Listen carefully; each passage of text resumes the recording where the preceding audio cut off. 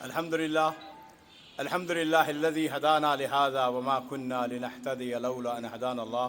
فیصل شیخ صاحب نے اور ہمارے آج کے جنہوں نے مجھے دعوت دی سید عامر نجیب صاحب نے بڑی اچھی اور بڑی عمدہ گفتگو کی، اور سچی بات یہ ہے ایک مقرر آتا چلا گیا اور میں سوچتا رہا کہ انہوں نے یہ بات کی ہے، بڑی کامل بات کی ہے، اس سے اچھی بات کیا ہوگی۔ جو دوسرا مقرر آیا اس نے پہلے سے بھی اچھی بات کی، جو تیسرا آیا، جو چوتھا آیا۔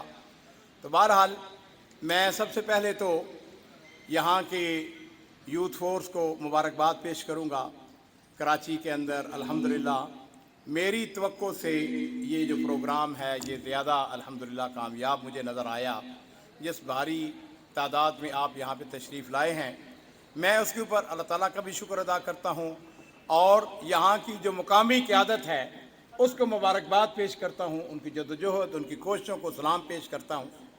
ساتھیوں، میں آپ کے جذبوں کو اجاگر کرنے کے لیے آیا ہوں۔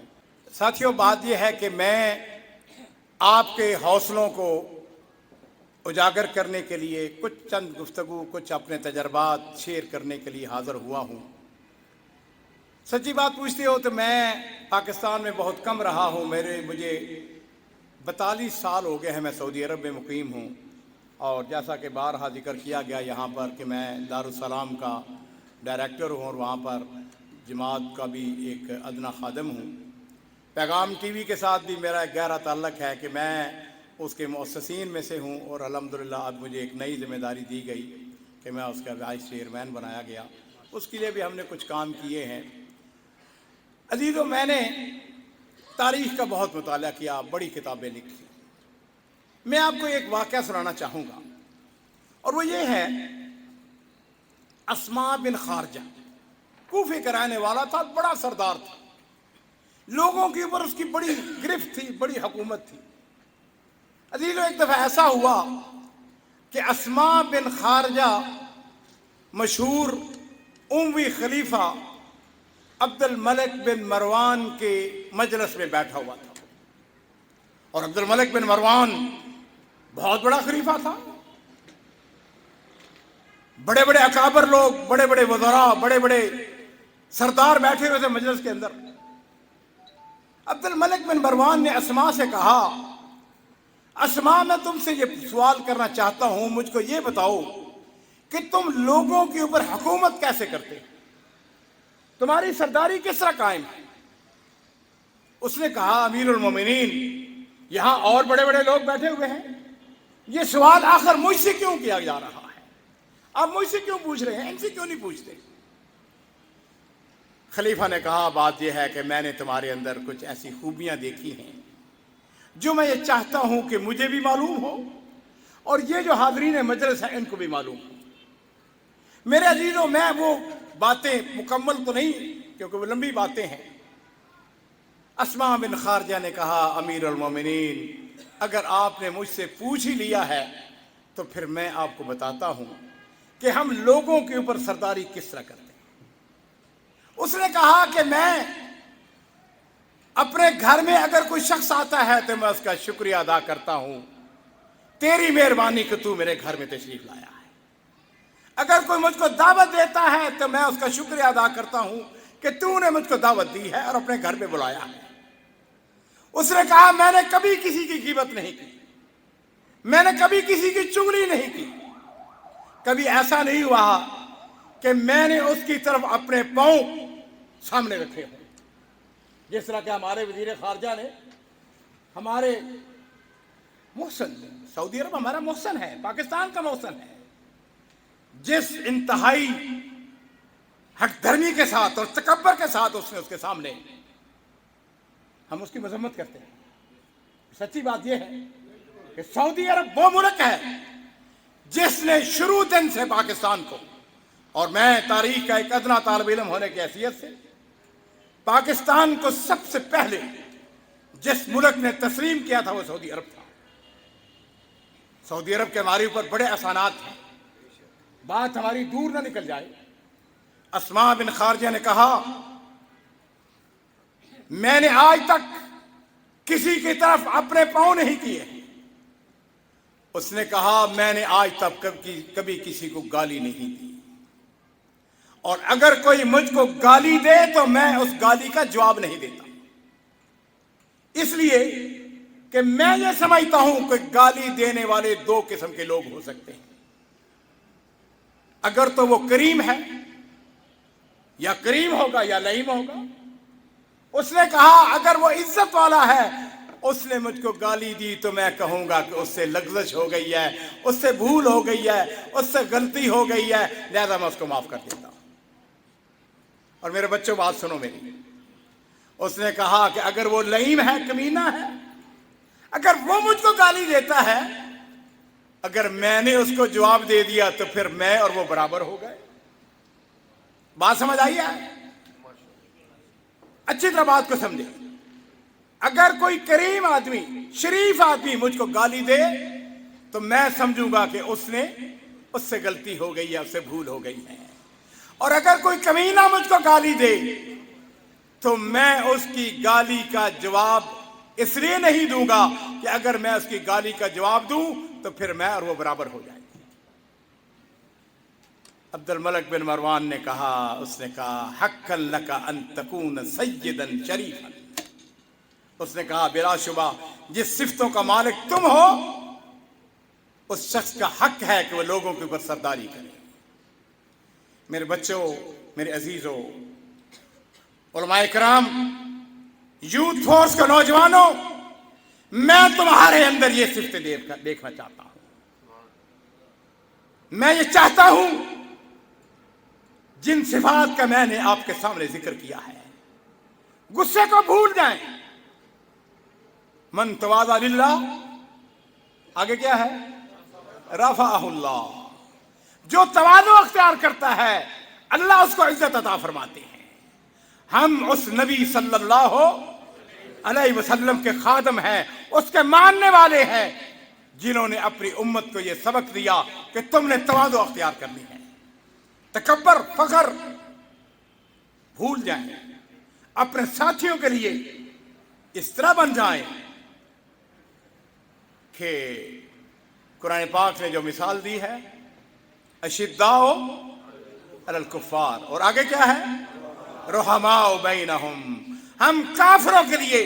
اور میں کئی دفعہ علماء کرام یہ کہا کرتا ہوں، اگر میں نے لڑنا ہے اصل والے، اور میں لڑوں تو کسی ملحد کے ساتھ لڑوں، کسی کافر کے ساتھ لڑوں، کسی شیعہ کے ساتھ لڑوں، کسی بریلوی کے ساتھ لڑوں، میں اس کو کراؤں، میں اپنی قوتوں، اپنی طاقتوں کو اپنے بھائیوں کے ساتھ لڑوں، اپنے بھائیوں کے ساتھ اپنی طاقت کا استعمال کروں؟ نہیں میرے عزیزوں، میں آپ کو ایک بات کہنا چاہتا ہوں، میں آپ کو یہ میسج دینا چاہتا ہوں۔ مومن اپنے بھائی کے لیے، آپ اہل حدیث ہیں، آپ کے اندر کچھ امتیازی خوبیاں ہونی چاہیے، اور وہ امتیازی خوبیاں یہ ہے کہ ہم نے ایک چغلی نہیں کرنی، ہم نے بیک بیٹنگ نہیں کرنی۔ یہاں علماء کرام بیٹھے ہوئے ہیں، مجھے یہ کہنے میں کوئی حرج نہیں ہے بتانے میں نے یہ کہا ہوا ہے کہ دارالسلام کے اندر کبھی کسی عالم کی اس کا شکوہ، اس کا گلہ نہیں کیا جائے گا۔ سعودی عرب کے اندر ایک کتاب چھپی سی، بڑی پرانی بات ہے، انہوں نے کہا تھا لحوم العلماء مسموم، یہ جو غیبت ہے یہ کیا ہے؟ یہ گوشت کھانے والی بات ہے، اور علماء کرام کا گوشت جو ہے وہ مسموم ہے، وہ زہر غلوطہ ہے۔ ہمارے اندر کچھ ایسی خوبیاں ہونی چاہیے، اور میں خراج تحسین پیش کروں گا اپنے بھائی حافظ فیصل افضل شیخ صاحب کو اور ہماری یہ ٹیم۔ واللہ میں آپ کو سچ بتاؤں، میں طبیعت ٹھیک نہیں تھی، اور میں لیکن ایک ایک کی گفتگو سنتا چلا گیا، کیسے موتی تھے وہ پرو رہے تھے۔ اور جناب محترم قریشی صاحب، میں آپ کا شکر گزار ہوں، آپ نے بڑی اچھی باتیں کہیں، آپ کے اوپر بہت بڑی ذمہ داری ہے، آپ ہماری سیاسی امور کے منتظم ہیں، مدیر ہیں۔ ہم نے کراچی کے اندر ایک نئی طرح ڈال دی ہے، ہم نے اپنے نوجوانوں کو منظم کرنا ہے۔ میرے عزیزوں، میں کہہ سکتا ہوں کہ میں ایک کامیاب ترین، اللہ کے فضل کے بعد کامیاب ترین انسان ہوں۔